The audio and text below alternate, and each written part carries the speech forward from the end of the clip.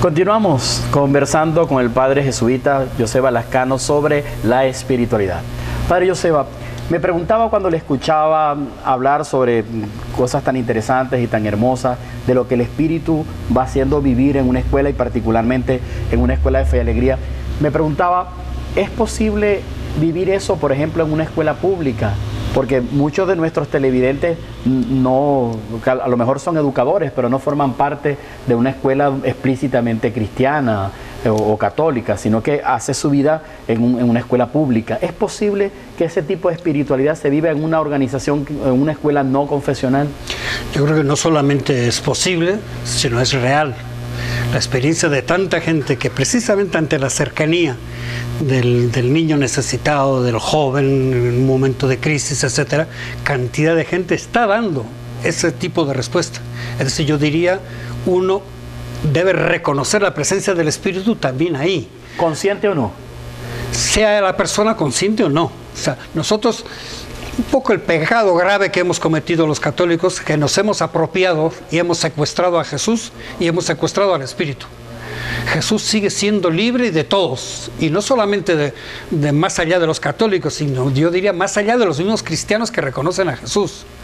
La experiencia paradigmática como persona y a la vez lo que nos revela de lo que es Dios Padre y lo que nos comunica el Espíritu no queda en el huerto cerrado de lo católico ni siquiera de lo cristiano.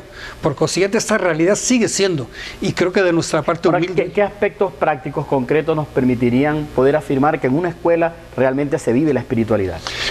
Yo creo que cantidad de gente que yo a quien podría decir, ¿cuántas veces tú te has acostado diciendo, el día de hoy valió la pena? Tuve esta experiencia de este muchacho que andaba con este problema, mi palabra fue oportuna, fue salvadora para esta persona. ¿Cuántas veces? Sin duda serán muchas.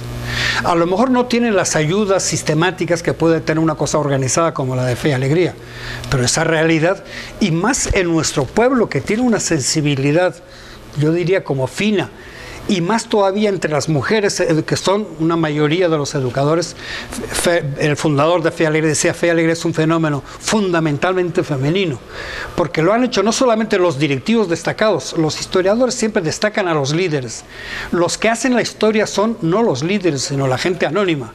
¿Y cuánta gente anónima ha hecho este milagro extraordinario de Fe y Alegría, que hoy en día llega a 1,5 millones de personas? Y especialmente, ¿cuántas mujeres populares no han participado en esta obra popular?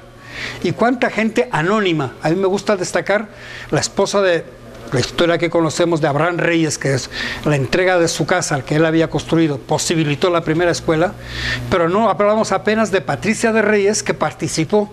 No es comprensible Abraham sin Patricia, pero tampoco es comprensible Fe y Alegría sin Abraham y sin las patricias anónimas que han hecho posible a Fe y Alegría.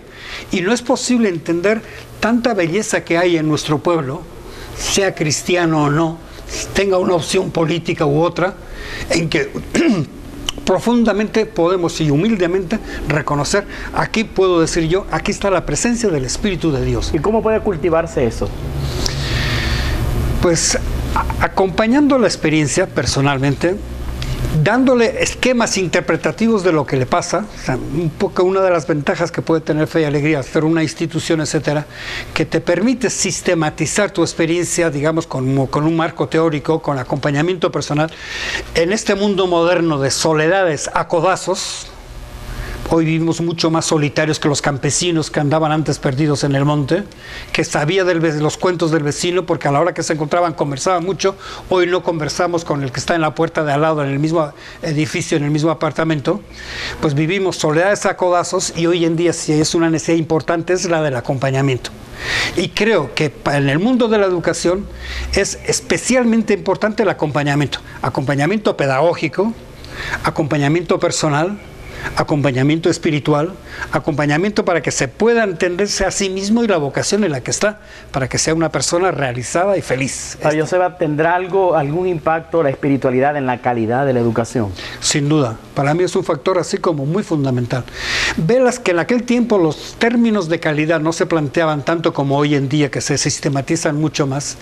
Él insistía de que no podemos dar a los pobres una pobre educación, es decir, tenemos que dar educación de calidad, y en lo que más importaba para la calidad era esta cercanía afectiva de que el niño se siente y el joven se sienten absolutamente acogidos y acompañados, y la cercanía era el elemento fundamental de la calidad, precisamente esta dimensión que es lo propio del espíritu, que con gusto y facilidad me sale a mí ayudar y acompañar en este proceso de hacerse hombre según la vocación personal que vive, ¿no? ¿También tendrá la espiritualidad en la escuela algún impacto en la transformación de la comunidad donde esa escuela está ubicada? ¿De qué manera puede hacerse eso?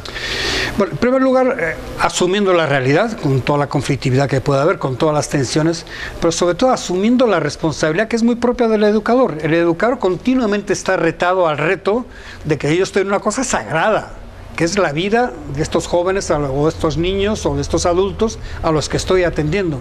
Por consiguiente, le sale espontánea su reflexión, y más todavía si hay quien le pueda ayudar a sistematizar estas experiencias y a organizarlas y acompañarlas, ¿no? Nos queda un minuto de programa, desafortunadamente se nos terminó el tiempo. Su mensaje final, Padre Joseba, para quienes nos están escuchando en este momento, educadores, representantes, estudiantes, ¿cómo vivir una espiritualidad cristiana transformadora en la Venezuela de hoy?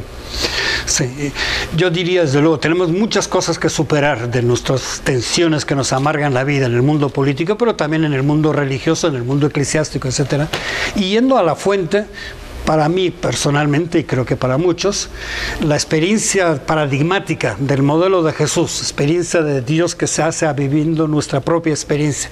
Y en la realidad que nos encontramos, con esta apertura, desbloqueándonos de muchos discursos ideológicos, sean religiosos, sean políticos, de cualquier tipo, pero tomando en cuenta la persona concreta. Y si algo debe tener el educador es, en primer lugar, ser considerado como persona concreta, y a la vez su profesión es considerar como persona concreta que tiene que acompañar. Esa es la sensibilidad connatural, hacerla consciente y alimentarla, por supuesto, que hace falta, y muy particularmente con nuestro acompañamiento. Muchísimas gracias al Padre Joseba Lascano, sacerdote jesuita, quien está haciendo vida en fe y alegría, por habernos ayudado hoy en confianza a reflexionar sobre la espiritualidad. Muchos retos nos quedan por delante.